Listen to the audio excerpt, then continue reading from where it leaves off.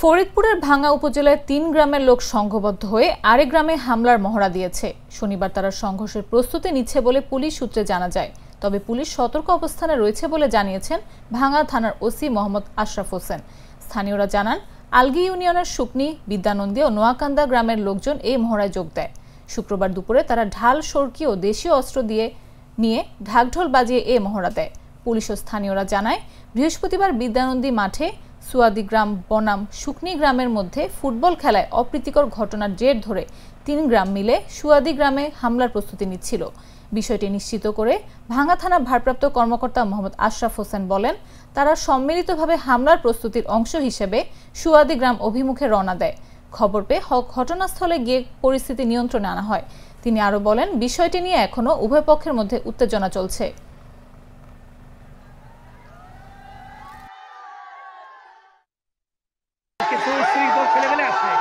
ওরা মাঝে মাঝে আমাদের আলগি ন্যাশনাল উচ্চ বিদ্যালয় মাঠে বল খেলতে আসে জোরপূর্বক, ওদের বাধা দিলেও ফেরে না এবং ওরা এসে মাঝে মাঝে গোলমাল করলে তখন আশঙ্কা ঘটায় যায়।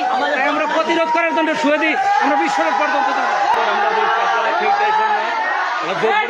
স্কুল মাঠে খেলতে আসে, আসার পরে সৌদির সাথে যে সংঘর্ষ, আমরা তাদের সাথে অনেকভাবে মীমাংসা করার জন্য অনুনয় বিনয় করছি।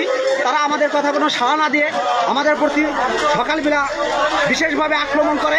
সর্বধৈর্য সহকারে সর্বোচ্চ চেষ্টা করছি এটা মীমাংসার জন্য। আমরা তাদেরকে হামলা করার জন্য নয়, আমরা তাদের প্রতিহত করার জন্য দাঁড়িয়েছি।